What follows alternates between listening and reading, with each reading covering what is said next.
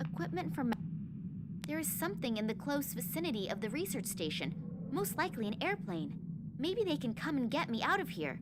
I just have to get their attention somehow.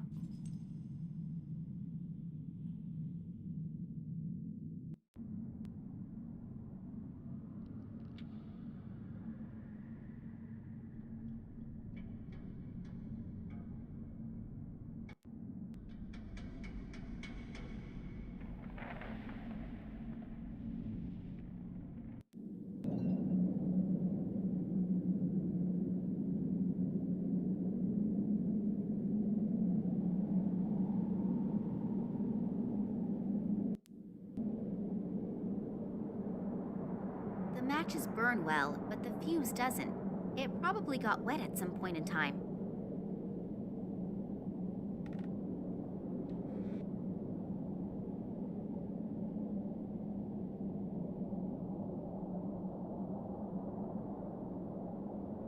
Hopefully the fuses will work again if I pour the whale oil over them.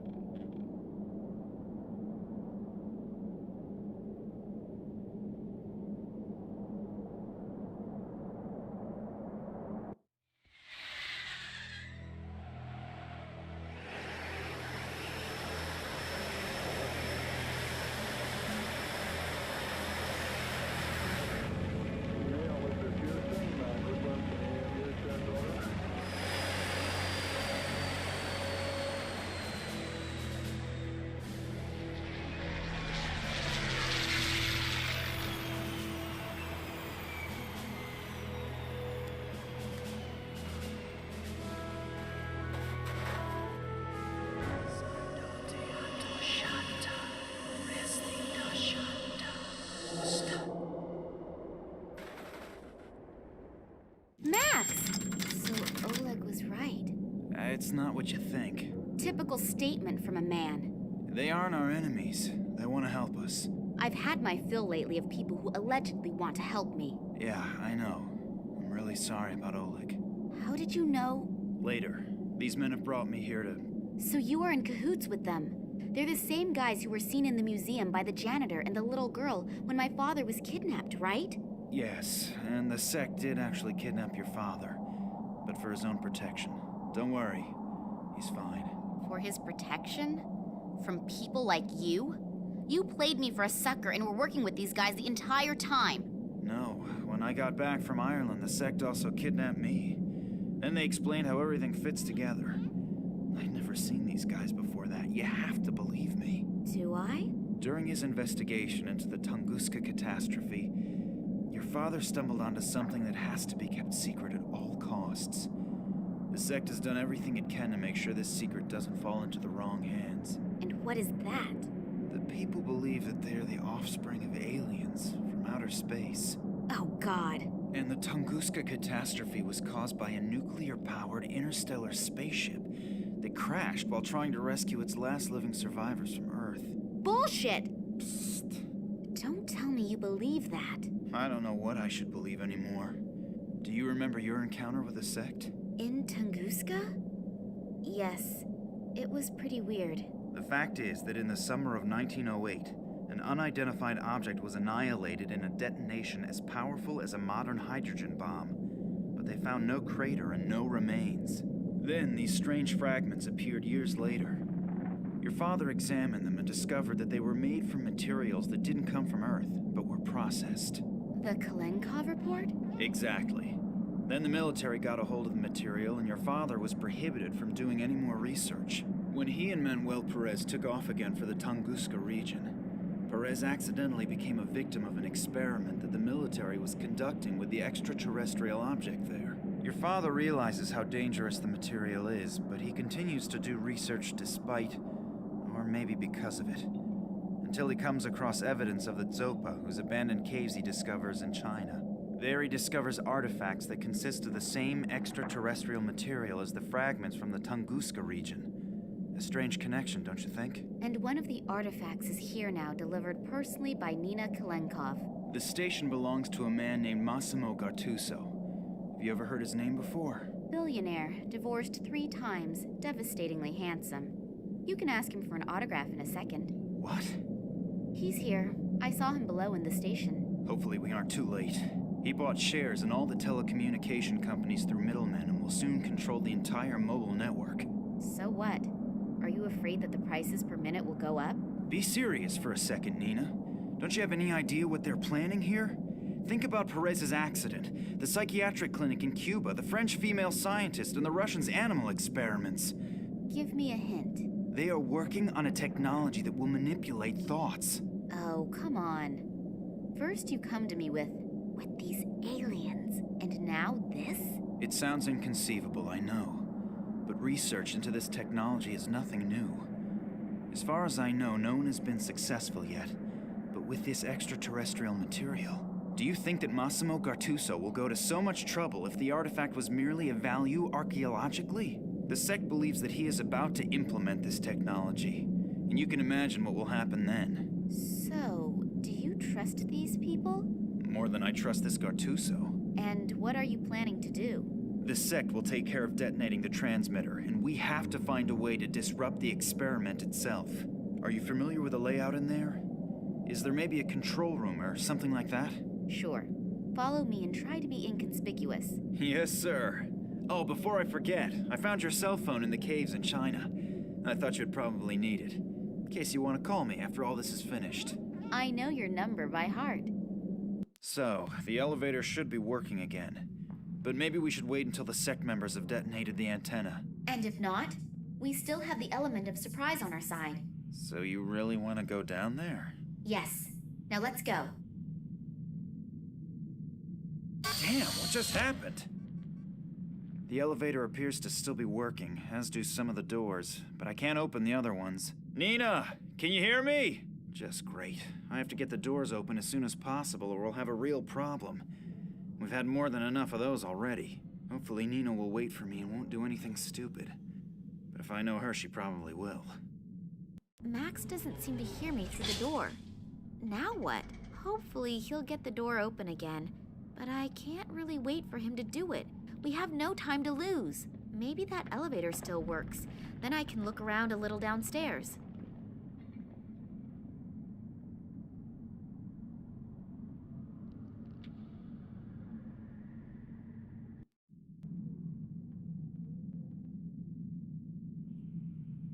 A radiator.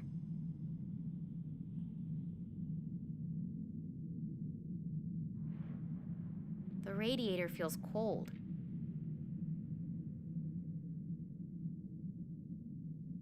Someone took the knob that opens and closes the vent. There's just a rod left now. I can't open or close the valve with my bare hands.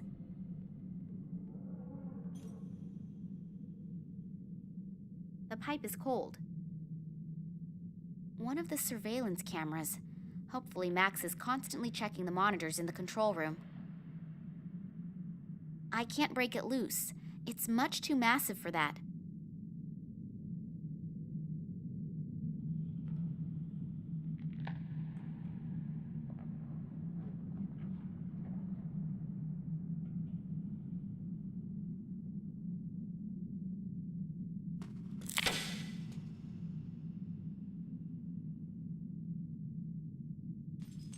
I hear voices behind that door.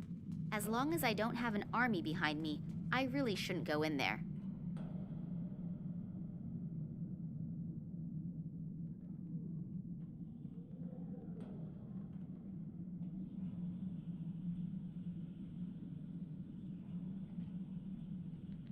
I'd better not touch it. The labels on it promise a lot of trouble if I do. And I have more than enough of that already. The sign is riveted.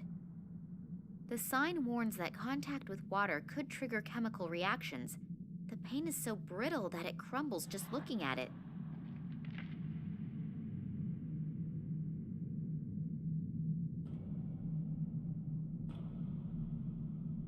The paint stuck to the silicone. With a little imagination, you can see the sign again. In some places where the walls have cracked, the ice is visible behind the walls. We must therefore be below sea level.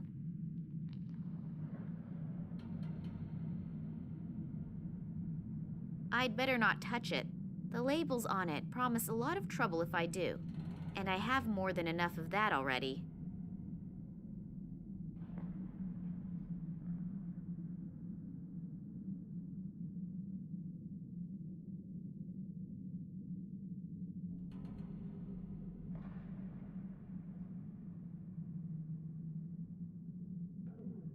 Hopefully the lid won't open.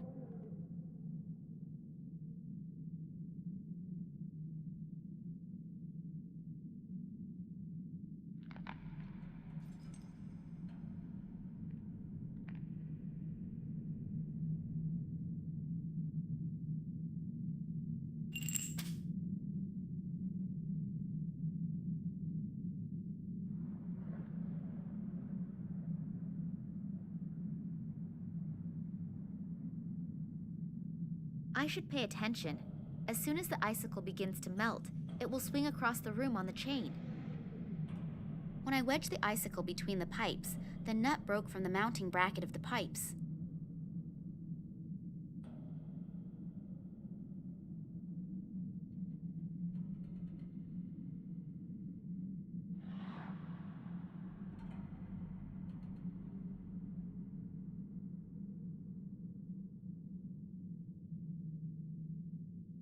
I threaded the rod.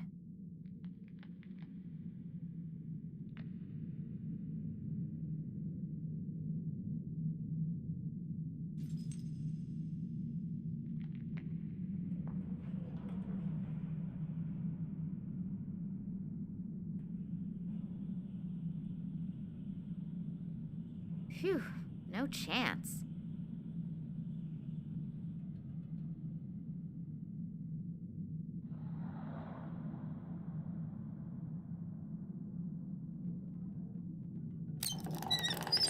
Phew. That's it then.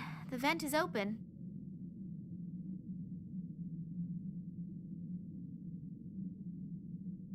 The radiator is gurgling and is cold. I guess there isn't enough water in the pipes.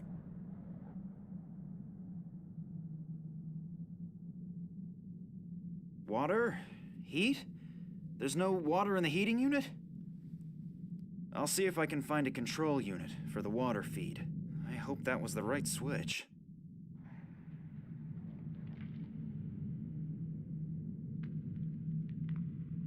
There seems to be enough water in it now, but the radiator is still not heating up. If my plan works and Max understands my clues, the heater will get warm, and so will the pipes with the icicle between them. When it melts and slides out of the pipes, it will hopefully push the vat from the shelf onto the floor. And as soon as the vat cover opens and the highly explosive chemical comes into contact with the ice on the floor, it will go kaboom! A great fuse! If I could somehow get out of here, I should close the valve again afterwards, otherwise this whole joint will blow with me and Max inside. There's no flame lit in the heating unit? Well, then let's look for the right button that fires it up. So, that should have been it. Ah, damn it! Nina, look out! So I did hear right. The lady did actually manage to free herself. Well then, come along. The boss is already eagerly waiting to make your acquaintance.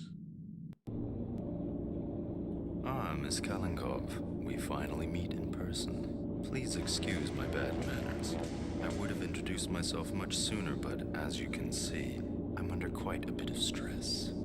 Allow me to introduce myself, Massimo Gattuso. Kidnapping, aggravated assault, and whatever else you ordered to do. So you're considering that good form? No, but special circumstances unfortunately demand special measures. But since you are already here, may I offer you a front row seat for the world premiere? Thanks, but I'm not interested. Then you'll really be missing something. You will witness how my new marketing measures will lead humanity into a happier future. I can't wait. As you should. I'm sure you're familiar with it. You spend days thinking about which dress you should buy, and then you have a fight with your boyfriend about whether you should buy the red or the green couch. I don't need a couch, and certainly not a green one. I will relieve humanity from these problems in the future. Through brainwashing? I call it help in decision-making. It will not only save people a lot of trouble, but they will also have more time to concentrate on really important things. You have to admit, it's a truly noble gesture on my part. I have to admit, you're even sicker than I thought. All you care about is selling your products. You don't give a shit about the people. What a shame that you don't appreciate my plans. Don't worry, though. You won't be in the position to take offense. And now, if you'll please excuse me, I have to prepare for the first test run. And if I can offer you a word of advice, be happy that you will be allowed to witness this spectacle. It would be a shame if you couldn't enjoy your last hours on Earth, wouldn't it? It can't be much longer until the icicle slips from the pipe. I have to get out of here fast! I really trusted that guy. How could I be so stupid? I would like... Quiet! Professor Charleroi has to concentrate.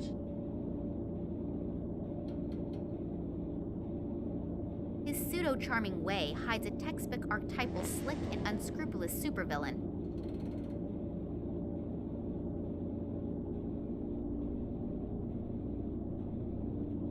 In case you're interested, a sect has just arrived. They're about to destroy your equipment on the surface. Yeah, sure. Who is leading them? Superheroes who are saving the world? I'm serious. I think you're missing my point. And now please excuse me. I don't have time to talk. To build all these devices here at the edge of the world, that must have been a huge effort. What's it all for? The equipment is extremely sensitive. Do you see the big display back there? It's hard to overlook. The project is strictly monitored because incorrect radiation could lead to a malfunction. We've therefore played it safe and built part of the complex underground.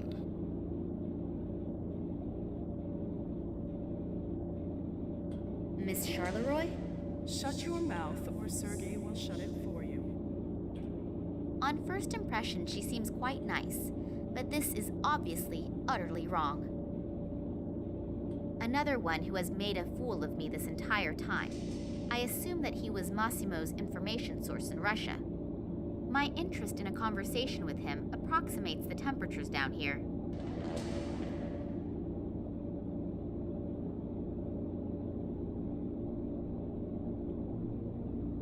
I can't kill them all at once. Once I killed the first person, I probably would be dead on the floor. Massimo wants to realize his sick plans with it. I won't be able to get there unnoticed. I see no way to operate the crane from down here. A loading crane. A loading crane. I see no way to operate the crane from down here. I think I may have something you've been looking for. Oh, the part from the water pump? Thank you very much. We will reward you with a painless death. How friendly of you. Oleg, put that thing back in there quickly so that it's nice and warm again up in the station when we celebrate our triumph. Okay. You will watch our guest of honor. I don't think that our princess wants to run away, do you? No, of course not. It's terribly comfortable here.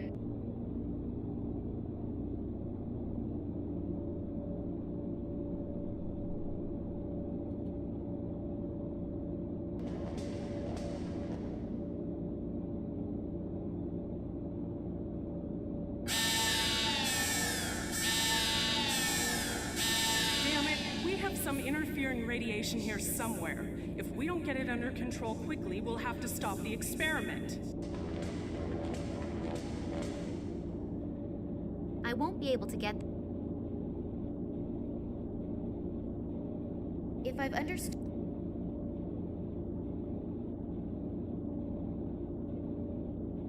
I won't be able to get there unnoticed.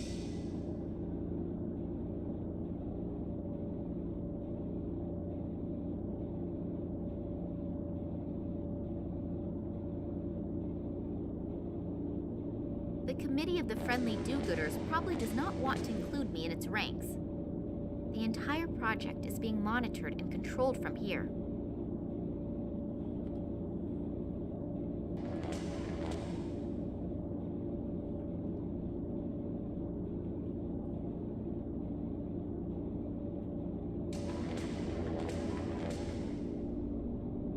What?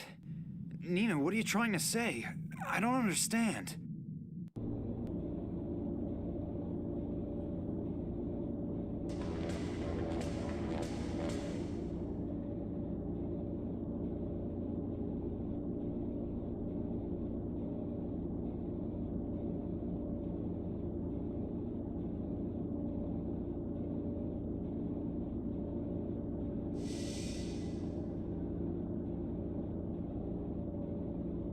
What? Nina, what are you trying to say? I don't understand.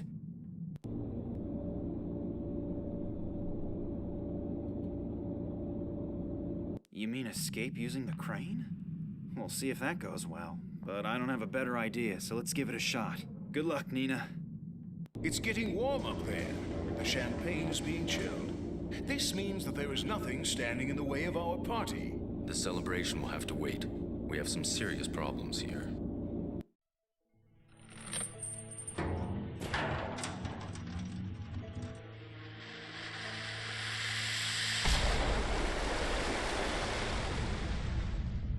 What the hell was that? I'm sure we can thank this little toad here for this. But no more fun and games. You're finished.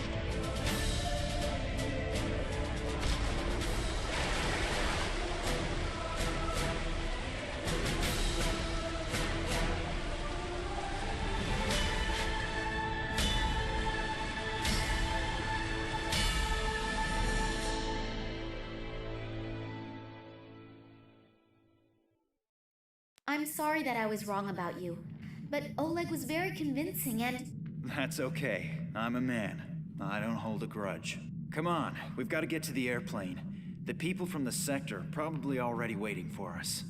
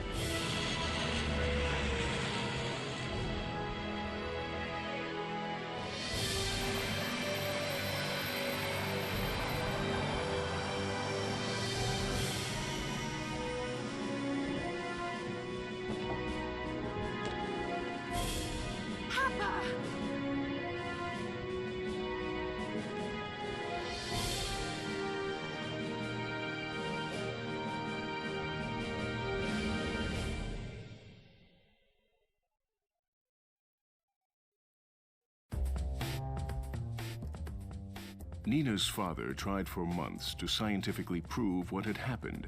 However, he eventually gave up, knowing that there are some things that just can't be explained with formulas. Still, or perhaps because of that, a small film company is very interested in his story.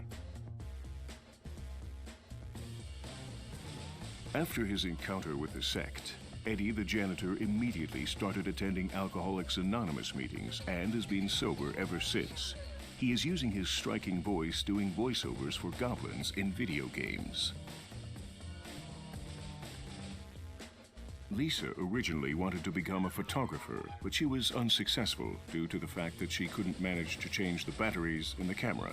Her new career as a bike courier also ended suddenly after just 2 hours and her first flat tire, because no one patched the tire for her. She is now selling magnetic microwave hamsters from a small stand in Berlin. When the police arrived at the museum, Kansky's body had disappeared. As Max realized when he saw the amulet, the commissioner was a member of the mysterious sect, which no one has heard from since their intervention in Antarctica. The sect's motives remain a mystery. Were their actions really for the benefit of mankind? And have they really disappeared? The sanitation worker noticed Nina's lie just in time and didn't quit his job. 1 week later, he actually did win the lottery, divorced his wife, and has lived happily ever since. Conductor Karpman's unpunctuality cost him his job. However, German Railways was thrilled to hire him. He now works the daily Hamburg-Bielefeld route. After another 2,376 cigarette breaks together, soldiers Romanova and Yushin decided to quit smoking. They now spend their time sticking nicotine patches to various areas on each other's bodies. However, rumors of an upcoming wedding could not be confirmed. Agents Fetisov and Radinkov left the Secret Service to open a boutique in Moscow that features tailor-made suits. None of the passengers died in the dramatic train wreck, which looked worse than it was. The scientists are still puzzling over the strange results of the plant analysis that Nina so brilliantly manipulated. The Doberman Pinscher took advantage of the opportunity to escape and is currently following in the footsteps of one of his ancestors and terrorizing the moors of England. Barkeeper O'Brien was hit by a drunken truck driver in front of his pub, quit his job, and has been teaching rhetoric at the University of Dublin. The fisherman's doctor urgently recommended he pay better attention to his health. He now only fishes when the sun is shining, in other words, twice a year, and has switched to drinking single malt Scotch whiskey. Klaus lost his home when the pub closed. He wandered around homeless and without a goal for months until he finally discovered his purpose in life and a place to stay in the small German town of Geesthacht. He is now a game designer for graphic adventures. Fernando, the gatekeeper, is currently working on his latest series of paintings, the 1,000 extremely different growth stages of the date palm tree. Thanks to her untiring physical efforts, Sister Sabrina actually won the mayoral election. However, she had to resign 9 months later to take care of her baby. Shortly after his efforts in the inner courtyard, Puyol, the patient, set the world record in building a house of cards. Since then, he has appeared in numerous TV talk shows, babbling nonsense and earning money, hand over fist. However, we strongly oppose the extremely malicious insinuation that this career path is a general prerequisite for a career in television. Ramon builds strange figures out of shells based on Manuel Perez's even stranger drawings and sells them to tourists for exorbitant amounts of money. The villainous quartet was literally put on ice for a very long time. As a result, large-scale mind control continues to be reserved for a very popular, massively multiplayer online role-playing game. The contracts are signed and sealed. You can look forward to seeing your favorite characters again in Secret Files 2. Max, Yeah? have I thanked you yet? No, I don't think so. The plane must have an autopilot function.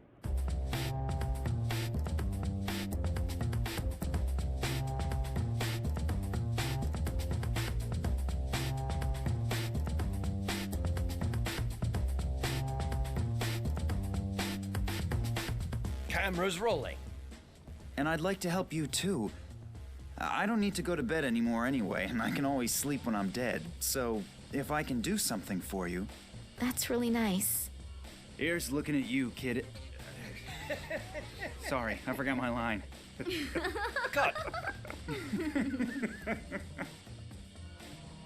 You know the difference between me and you? I make this look good. Cut. Just because I'm filming a shitty film for some shitty people doesn't mean that I enjoy being an actor. I was not outstanding, and I was not exceptional. I was monumental. I was epochal. Camera's rolling.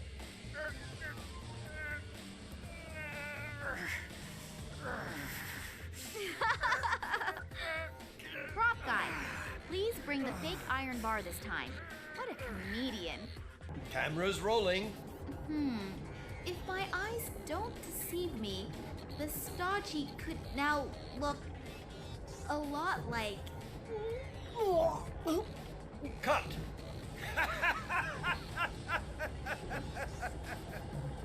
I can't stand taking the train, sorry. Let's film the scene again.